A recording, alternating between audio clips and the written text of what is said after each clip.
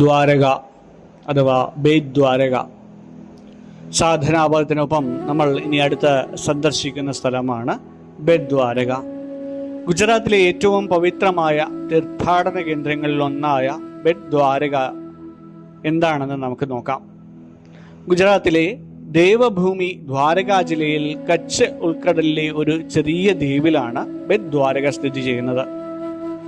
പ്രധാന ദ്വാരക നഗരത്തിൽ നിന്നും ഏകദേശം 30 കിലോമീറ്റർ അകലെയുള്ള ഓഖ എന്ന തുറമുഖത്തിന് എത്തിയാൽ മാത്രമേ ഈ ദ്വീപിലേക്ക് പോകുവാൻ സാധിക്കൂ.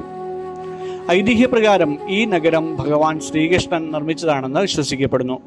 എന്നാൽ ഇന്ന് അവിടെ കാണുന്ന പ്രധാന ക്ഷേത്രം ഏകദേശം 500 വർഷങ്ങൾക്ക് മുമ്പ് വല്ലഭാചാര്യർ ആണ് സ്ഥാപിച്ചത്.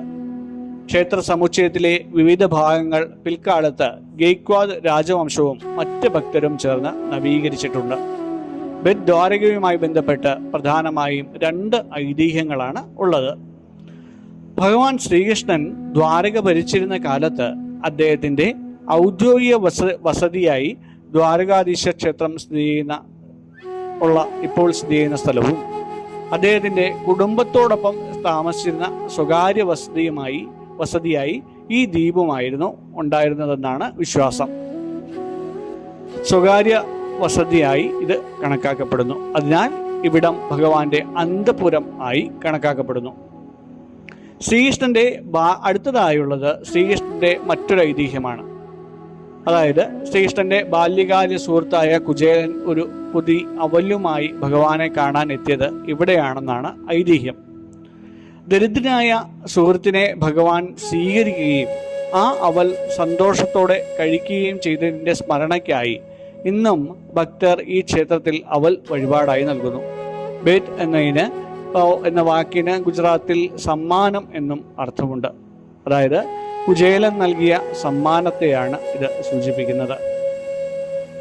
ഇവിടെ സാധാരണയായി രാവിലെ 6 മുതൽ ഉച്ചയ്ക്ക് 1 മണി വരെയും വൈകുന്നേരം 5 മുതൽ രാത്രി 9 വരെയുമാണ് ദർശന സമയം ക്രമീകരിച്ചിരിക്കുന്നത്.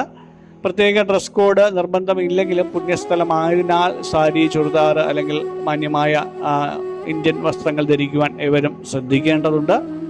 ക്ഷേത്രങ്ങളിലുള്ളിൽ മൊബൈൽ ഫോണുകൾ, ക്യാമറകൾ, മറ്റ് ഇലക്ട്രോണിക് ഉപകരണങ്ങൾ എന്നിവ കർശനമായി നിരോധിച്ചിട്ടുണ്ട്. ഇവ സൂക്ഷിക്കുവാൻ ക്ഷേത്രത്തിന് പുറത്ത് സൗകര്യമുള്ളതാണ്.